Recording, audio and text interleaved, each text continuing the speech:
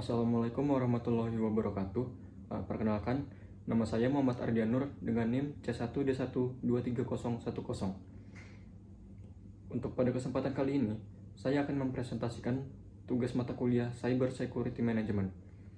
Sebelumnya, saya juga berterima kasih kepada Bapak Bambang Purnomo selaku dosen pengampu. Adapun topik yang akan saya bahas, yaitu 5 kasus kebocoran data pribadi di Indonesia maupun di luar negeri. Sebelum masuk ke kasusnya, mari kita pahami sedikit tentang apa itu kebocoran data pribadi. Jadi, kebocoran data itu terjadi ketika informasi sensitif milik individu atau organisasi diakses, dicuri, atau dibocorkan oleh pihak yang tidak berwenang.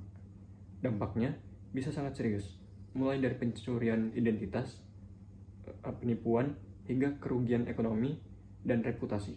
Baik, jadi yang pertama itu kebocoran data KPU itu terjadi di Indonesia pada tahun 2023.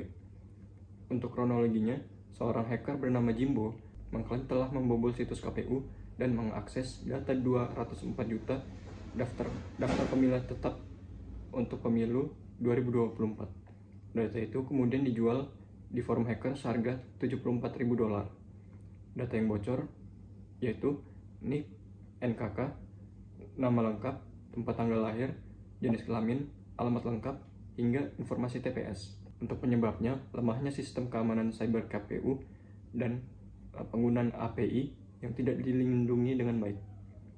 Dampaknya yaitu risiko penyalahgunaan data untuk penipuan, pencurian identitas, atau kampanye politik yang tidak etis.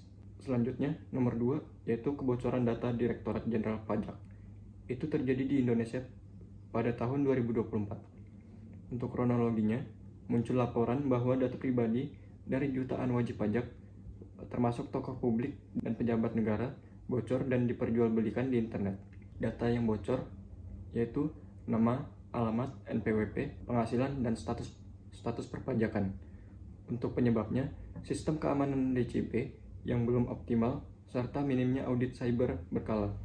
Dampaknya itu resiko pemalsuan identitas dan penipuan berbasis data pribadi, seperti phishing atau social engineering.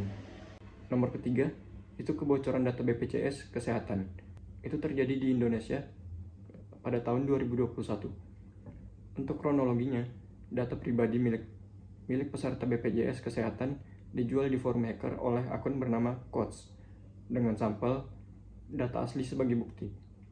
Data yang bocor yaitu NIK, nama lengkap, jenis kelamin, tanggal lahir, nomor peserta, alamat, dan riwayat kesehatan. Penyebabnya, akses tidak sah ke database internal BPJS yang tidak dienkripsi dengan baik. Untuk dampaknya, yaitu penyalahgunaan data medis untuk klaim palsu atau tindakan kriminal lainnya. Yang keempat, yaitu kebocoran data Hertz via Cleo Communication. Itu terjadi di Amerika Serikat pada tahun 2024 sampai 2025. Untuk kronologinya, itu vendor pihak ketiga Cleo Communication terkena ransomware, menyebabkan kebocoran data milik pelanggan Hertz dan mitra bisnis lainnya.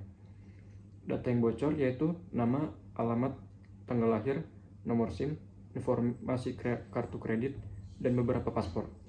Untuk masalah penyebabnya, kelemahan dalam rantai pasok data atau supply chain attack, yaitu vendor tidak memiliki sistem deteksi intrusi yang cukup baik. Dampaknya yaitu identitas palsu, potensi pencurian finansial, dan kerugian reputasi perusahaan. Selanjutnya yang terakhir, itu kebocoran data Snowflake.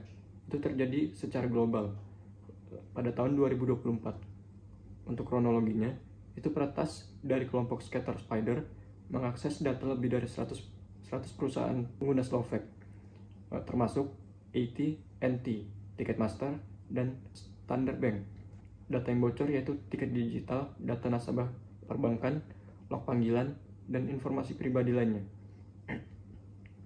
Untuk penyebabnya, akses ilegal ke akun pelanggan melalui social engineering dan kredensial yang dicuri.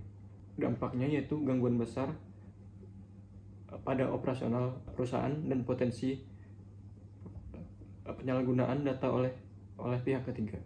Baik, demikian presentasi dari saya. Semoga materi ini bisa menambah wawasan kita semua mengenai pentingnya keamanan data pribadi di era digital.